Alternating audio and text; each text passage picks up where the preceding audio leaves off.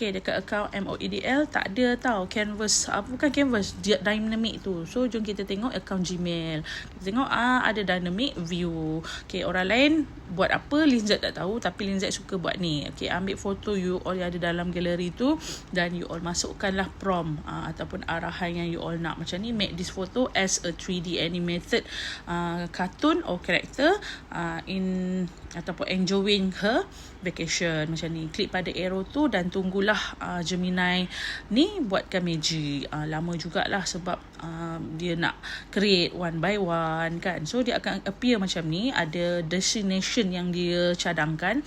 Comel gila. Dan ia okay, I know I gain weight banyak, tapi janganlah serius sangat ataupun jujur sangat kan. Tapi apa pun, kalau macam ni punya comel, gain weight banyak pun tak apa. Okay, jom tengok pula apa lagi Gemini boleh buat.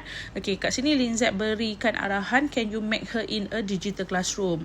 Kan kenalah juga tunjuk kan. So inilah dia contoh ataupun ini yang dicadangkan oleh Gemini. Menarik kan? So apa lagi? Jomlah kita cuba sama-sama.